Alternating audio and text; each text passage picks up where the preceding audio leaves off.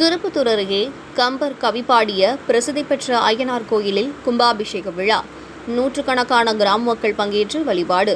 சிவகங்கை மாவட்டம் திருப்பத்தூர் அருகே கூத்தக்குடி கிராமத்தில் அருள்பாலிக்கும் கம்பர் கவி பாடிய பிரசித்தி பெற்ற புனித தலமான அருள்மிகு ஸ்ரீ பூரண புஷ்கலாம்பாள் சமேத ஸ்ரீ களிதீர்த்த அய்யனார் கோயில் கும்பாபிஷேகம் விழா வெகு விமரிசையாக நடைபெற்றது.